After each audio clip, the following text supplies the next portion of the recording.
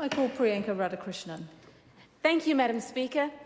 It is with a great sense of privilege and indeed honour that I rise to make a contribution to the third reading of the Child Poverty Reduction Bill and the Children's Amendment Bill. I want to begin my contribution by paying tribute to the Minister for Child Poverty Reduction, indeed the Right Honourable Prime Minister Jacinda Ardern, who has been the driving force behind this bill. She's said time and again in this House that one of the motivations for her entering Parliament has been to work towards reducing child poverty.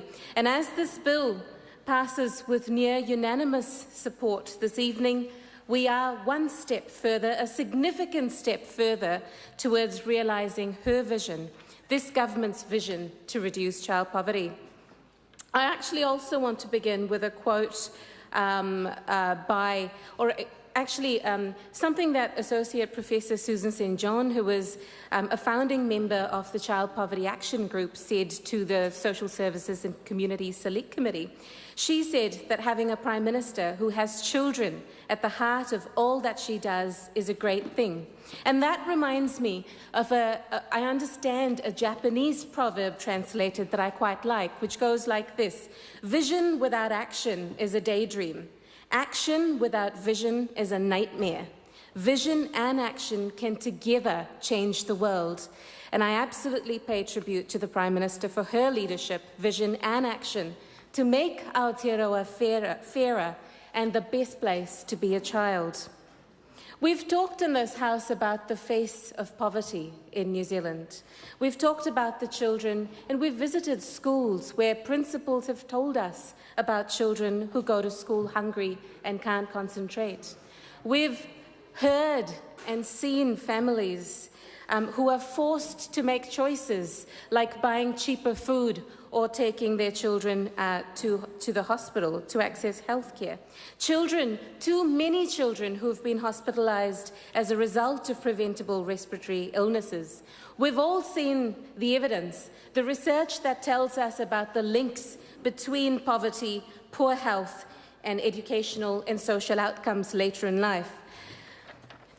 And I just want to clarify something that the member Alfred Ngaro mentioned in his contribution earlier this evening, who cautioned us about making or placing a value judgment on poverty, on families who are on low income, and ensuring that we don't further stigmatise them. And I just want to say, in response, really, that this is about, I accept what he says, absolutely we shouldn't do that, but this bill doesn't do that. This bill is about addressing deprivation. It's about ensuring that all our families and all our children are supported to thrive. This is a bill that aims to build enduring political accountability, consensus, and action to reduce child poverty. And I'll just touch on the specifics of the bill. I won't go into too much detail because we've heard that from previous speakers this evening. But this bill will introduce a framework to measure and target child poverty. It sets into law a range of widely accepted measures that will require successive governments to set short and long-term measures, targets to reduce child poverty. It requires annual reports relating to child poverty to be produced and published independent of ministers. And it requires our Minister of Finance to report on child poverty reduction at every budget. It includes a strategy to improve the well-being of all children, especially those with greater needs. And there is a specific focus as well on children from specific population groups that are disproportionately represented in poverty statistics. An action plan that captures the perspectives of our tamariki. And yet, the beauty of this bill is that it's flexible enough to accommodate different government approaches and priorities. And that's why there was a huge amount of discussion amongst the Select Committee members about targets. But the reason that targets are not specifically included is for this very reason: to ensure that it's flexible enough, to ensure that the bill isn't too prescriptive, to ensure that successive governments commit to lifting the well-being of all our children. This is a bill, Madam Speaker, that is ambitious.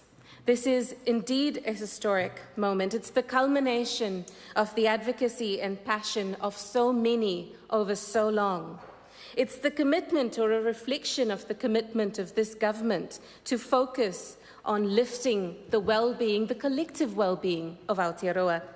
And it aims to entrench this commitment to endure over time.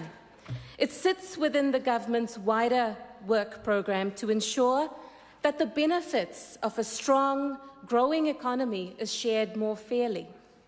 It sits within a work programme that focuses on fixing critical problems in health, housing, education, transport, and so many other sectors.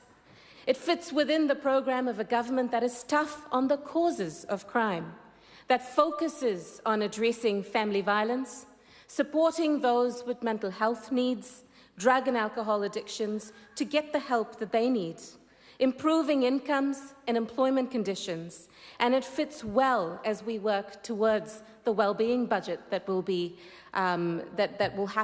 take place next year. This is a government that takes on these important challenges, and I'm proud to play a supportive role to that government. I want to thank, in the time that I have remaining, so many who have been part of this journey to get us to where we are at today. The researchers, the advocates, the NGOs and individuals who have fought for this bill for so long. There were over 600 submitters at Select Committee, and overwhelmingly they supported the intent of this bill. The officials who have worked tirelessly behind the scenes to ensure that the Select Committee had the tools that we needed to finesse the bill.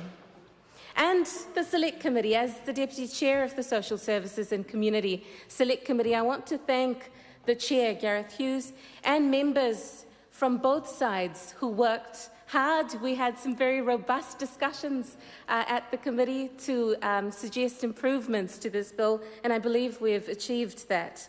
The over 600 submitters, as I mentioned, who have worked over so many years to ensure that we're here today. This is a bill that's a powerful one. It is a bill that has the power to lead to transformational change for so many families. And I too, as the Prime Minister did, I want to end my contribution with a quote by Nelson Mandela, a different quote though. And he said, "There can be no keener revelation of a society's soul than the way in which it treats its children." I'm proud to support a government that's getting our society's soul back on track. And it was with great delight, Madam Speaker, that I'd like to commend the Child Poverty Reduction Bill and the Children's Amendment Bill to the House. Thank you. Kia ora. The question is the Child Poverty Reduction Bill and the Children's